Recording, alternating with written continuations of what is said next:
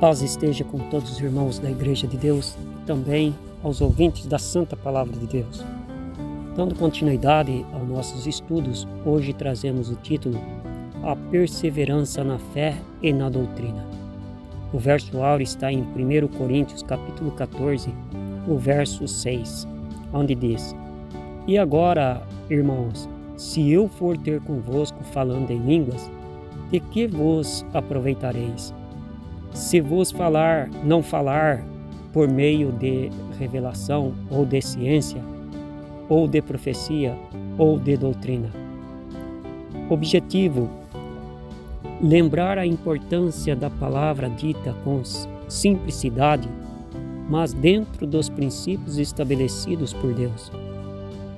A Bíblia é carregada de coisas representativas e cada uma delas tem o seu significado. Por exemplo, Rebeca era a figura da igreja. Logo, havia uma razão para que Isaac fosse seu esposo, pois ele também era a figura de Cristo. O fato de Rebeca se cobrir com o véu ao avistar Isaac também tem um significado. Na antiga aliança, a mulher não tinha liberdade para se dirigir diretamente a Deus, pois a lei a fazia terminantemente dependente do marido. Números capítulo 30, verso 13. Portanto, o véu significa a liberdade que a igreja da nova aliança tem, pelo Espírito Santo, para se dirigir a Deus. 2 Coríntios capítulo 3, verso 17 diz assim: Ora, o Senhor é o Espírito, e onde está o Espírito do Senhor, aí há liberdade. Na nova aliança, no entanto, a condição da mulher melhorou em relação ao tratamento que lhe era determinado pela lei. Com a descida do Espírito Santo no dia de Pentecostes, os dons espirituais foram dados também para as mulheres. Contudo, para a mulher orar e profetizar, mesmo na nova aliança, é necessário que ela esteja coberta com o véu. E por que isso é relevante, sendo que o Espírito Santo é que capacita para o exercício dos dons?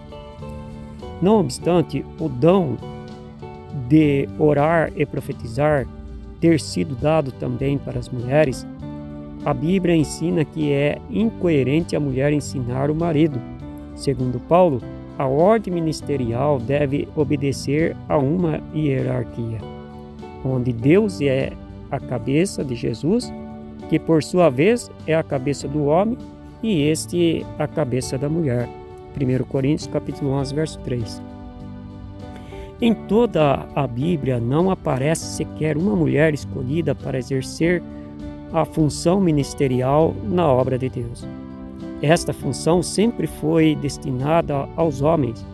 No entanto, Deus fez a mulher para auxiliar o homem em todas as suas atribuições.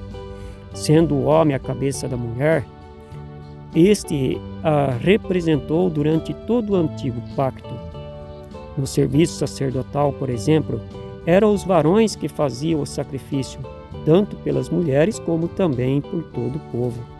No serviço dos profetas, igualmente, eram os varões que tinham o cargo de interceder a Deus pelo povo e pelos reis. Contudo, na nova aliança, esta lacuna entre Deus e os humanos foi preenchida por Jesus. O homem saiu de cena e já não precisa agir como mediador diante de Deus, porque esta função foi dada exclusivamente por Jesus. 1 Timóteo capítulo 2, verso 12 e Lucas capítulo 16, verso 16. É neste ponto que o véu tem papel importante para a mulher. Segundo Paulo, o cabelo da mulher lhe confere um sinal de submissão em relação ao marido, assim como era na antiga aliança, quando o homem a representava diante de Deus. A diferença está exatamente no uso do véu.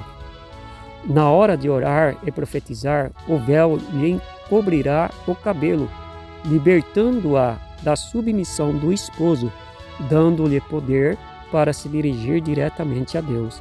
1 Coríntios capítulo 11, verso 10 diz assim: portanto, a mulher deve ter sobre a cabeça sinal de poderio, por causa dos anjos.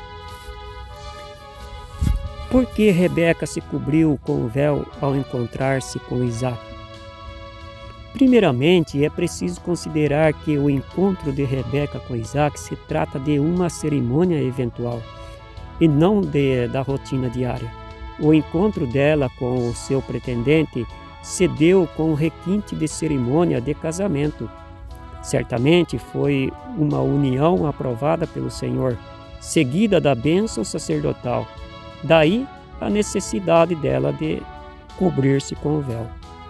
A atitude de Rebeca serve de modelo para as irmãs da igreja no tocante ao uso do véu, no momento da bênção cerimonial.